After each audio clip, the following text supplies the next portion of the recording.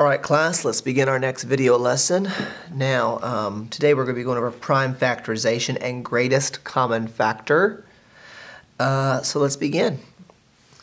Alright, first we need to take a look at what a prime number is, because that is a word right here, prime factorization. So we kind of need to go over what types of numbers are what.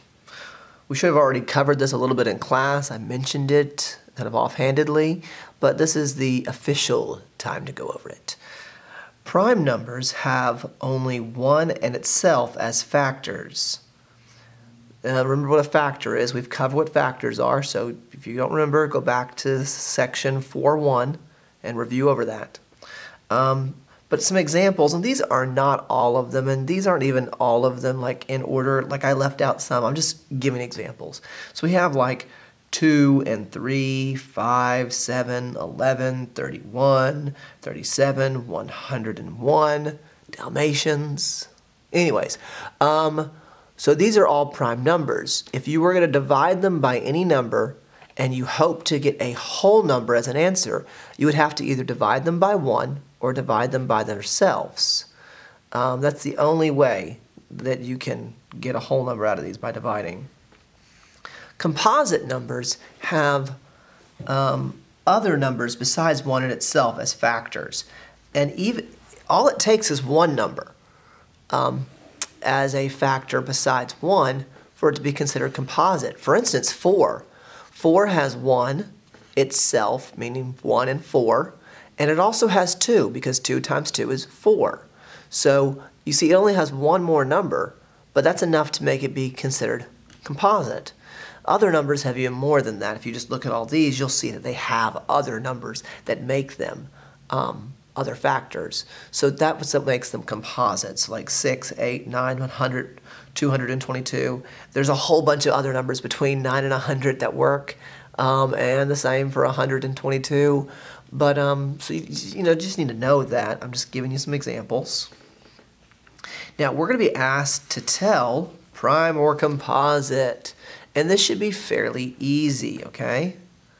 So we've given a number right here, like 23. Is it prime or is it composite? Well, 23 is prime. Okay, I'm just putting P here. It's prime. If you need to write it out to help you remember, I suggest you do it. You have the word right there. But, do what you need to do. Here we have for B, we have B, 24, prime or composite. Well, that's going to be definitely composite, because not only can 1 in itself go into it, but also 2 and 12, 3 and 8, 4 and 6. Those are numbers that can also go into it. So it's composite. 1, what about 1? A lot of people want to say 1 is prime, but they would be wrong.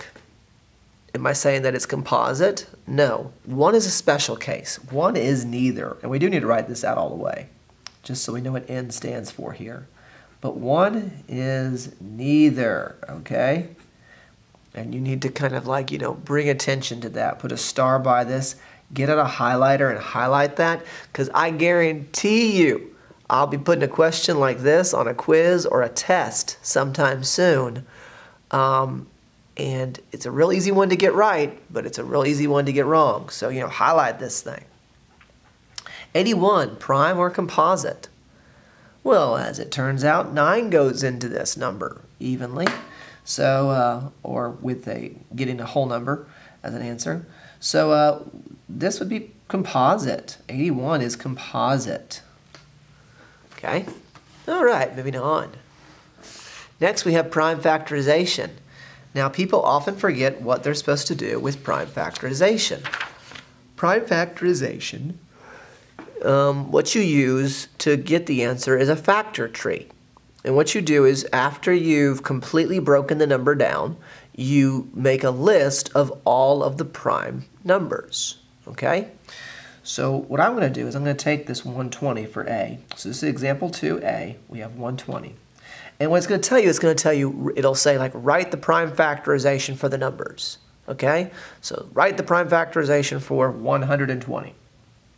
So you write down 120, and we're going to break it down. I break it down into its multiples in a way. So if I multiply 12 times 10, I get 120, so I broke it down like that. I'll break it down again where I get 2 and 6. 6 breaks down to 2 and 3. 10 breaks down to 2 and 5. Looks like I'm down to all my prime numbers. Now I'm going to circle my prime numbers to help me see them. 2 is a prime, 2 is a prime, 3 is prime, 2 is prime, 5 is prime. So what do I have? I have 3 2's and 1 3 and 1 5. Now, in order to write prime factorization, you need to write the numbers 1 in numerical order and 2, we write them with a time symbol in between them. And so we write it out like this. We write down 2 times 2 times 2 times 3 times 5. That is the prime factorization for this number. If you were to multiply all of these numbers together, you would get this number right up here. Okay, try it sometime. Try it in your own time. Now, you will need to write this using exponents, which means we can't leave these 3 2's like that. So we're going to write it with a 2 to the third power times 3 times 5, okay? So that's how we're going to write that number. All right, so next, we got this number up here. We've got 360. I'm going to break that one down. We get 10 and 36. We get 2 and 5. This becomes 6 and 6, which becomes 2 and 3, and 2 and 3. So we have 2's, we have 3's, and we have a 5. Those are the only prime numbers. Don't go circling any of these numbers up here, okay? That's a no-no. So we have 2, and we have it to the third power, times 3, and we have 2 of them, so we put 3 to the second power times 5, okay? Now, let's move on. Over here, we have 34. In the prime factorization, we get 2. I can tell 2 goes into it because it's even. And 7. Hey, 17, I mean. 17 can't break down anymore, so both of these are prime.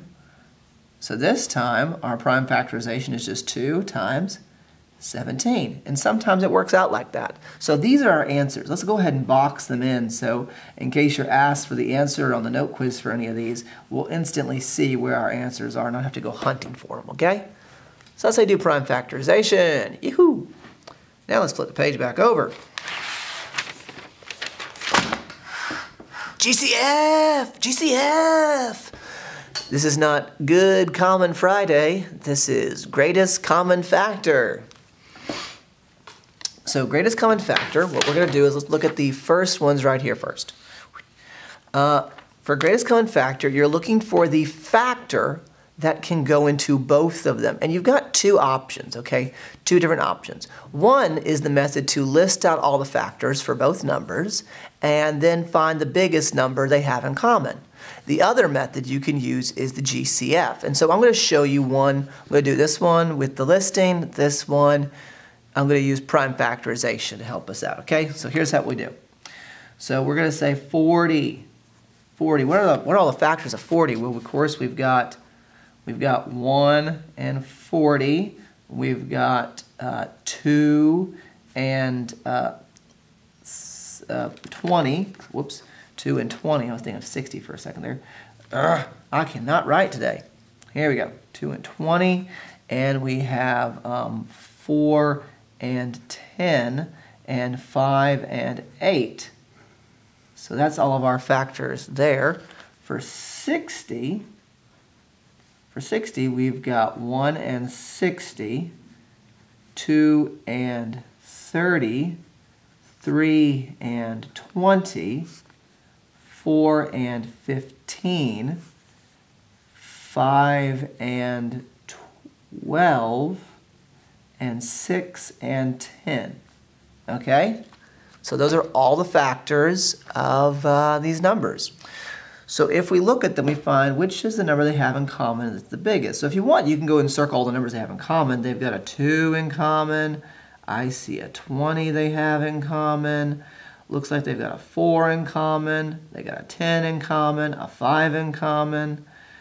But it looks like the biggest number they have in common is 20. And so that is going to be the answer. 20 is the GCF. It is the largest number that goes into both of them. It's the largest factor they have together that they share in common, okay? So if you think about GCF, it is greatest, meaning big, common, meaning they have it together, factor. Factor is a number that I could divide these two numbers by, and I would get a whole number as my answer. I can divide 40 by 20, and I'll get a whole number. I can divide 60 by 20, and I'll get a whole number, okay? And so this is the GCF. That's one way to do it. You can list them all out. The other way, which some students think is confusing at first, but I really don't think it is to list out the factors. So what you do is you say, all right, I got 16, and we find the prime factorization. You get 4 and 4. You get 2 and 2, 2 and 2, okay? So that's one. And we put 40 over here. 40 breaks down to 4 and 10, which is 2 and 2, and 2 and 5, okay? And here's what you do. You got to pair things up, okay? This 2 pairs up with this 2. This 2 pairs up with this 2. This 2 pairs up with this 2. Okay? Do we have any other numbers we can pair up that are in common? Well, we don't. If you take a look, the 1 or the 2, we got a 2 over here and a 5 over here. Nothing else can get paired up. So the question is, how many 2's do we have? I don't want you to count all these and all these. Just count on one side. I have 3 2's that pair up. I have 3 2's on this side and 3 2's on this side. So what you're going to do is you're going to write those down, and you're going to write it down as if you're multiplying. So you're going to say 2 times 2 times 2. Well, what is 2 times 2 times 2? That happens to be 8. So the GCF for this is going to be 8. And you could find 8 by listing out all the factors, and you would find 8 is the biggest number they have in common. You could get 20 over here by using the prime factorization and just circling those numbers that I did like I did, and then multiplying the ones they have in common together, and that would get you the greatest common factor.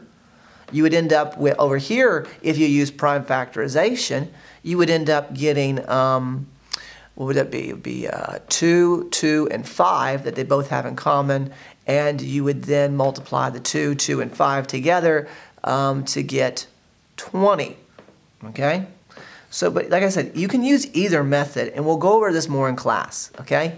Now I'm going to take a look at something that might, like, blow your minds. Ba-boom! Here we have some wonderful type of math right here. This is, we're told to, once again, to find the GCF for numbers like this. Now, GCF for numbers like this, this is one of the more complicated things we'll do this year, okay? I've told you when we go over easy things, I'm going to tell you and be honest with you when we go over complicated things. So buckle in and get ready for a somewhat difficult lesson. It's not too difficult, just pay close attention, and please ask a question if you have one. All right, well, let's get started on these problems. What we need to do is, well, it's kind of weird to explain, but we basically need to find out for this first one, because it includes numbers and letters, you need to find out what the GCF for the numbers are going to be, which in this case is really easy. What would the GCF for 6 and 4 be? Well, that would be 2. Okay, so it's 2. Now, the GCF for variables is also very easy. If you want, it's you got a few ways you can kind of do it. I'm going to write all the variables out for this one. So over here we have A times A times A times B. So that's 1, and I'm going to put a line here like this. And for the other one, we have A times B. So you should see that, look, we got 3 A's here and a B. We've got 2 A's here and a B. So you should be able to see that.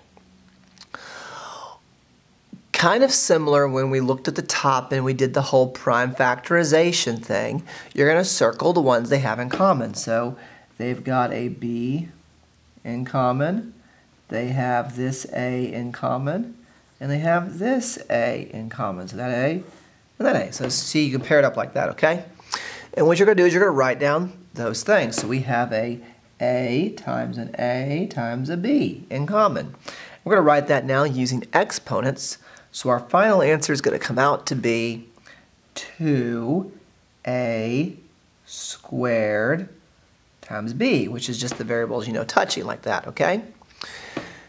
Now I know this is different and kind of weird and maybe even difficult, and it will be for a little while until you get used to it, but trust me, every student does get used to this after a while. It might just take a little while. So if right now you don't understand it, hey, that's fine. Just know that you will get it, but it is going to take effort on your part to understand it, okay? So I'll just say it again. Another way you could do this, instead of having to write them all out and pair up like this, what you can do is you can say, all right, you find all the variables they have in common. They have an A in common. Yay, they have an A in common. If they have an A in common, like these ones, you choose the smaller exponent. So what's smaller, 3 or 2? 2. Okay, they have a B in common. Do they even have exponents? Neither one does, so you just choose the B. And so we already decided what the number was going to be for the GCF was 2. So you get 2, A to the second, because they have an A in common, and the second is the smallest. And they have a B in common, and there is no exponent there. So that is our final answer. So using that know-how first, find out what they have in common. They share an X in common. Which one has the smaller exponent? This one.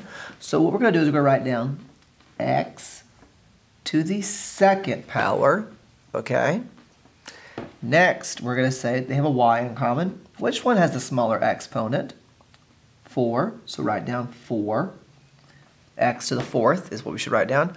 This one has a Z, but does this one have a Z? It doesn't. So they don't have that in common, so you can't include that as a GC common factor. You can't include that as a common factor. They don't have that in common. So what we have here is X to the second, Y to the 4th. Now I want to point out something. You might still be struggling to understand this, but once you do, you still have to admit something. Getting this, I got this answer a whole lot quicker than we did when we were getting this up here, okay? I mean, look at the amount of work you have to do here, and look what I did here. I was able just to look at this and know. Now, as we practice with this more, you'll be able just to look at this and know what the GCF is, okay? Trust me, I need you to believe me on this. But once again, if you don't understand something, put a question mark by it. We will definitely go over this more in class, okay? So don't worry about that. We will re-go over this a little bit in class. But once again, watch the video again if you need to. Kind of ask your parents for a little help explaining it. Put a question mark by something, and like I said, we'll go over in class. See you then.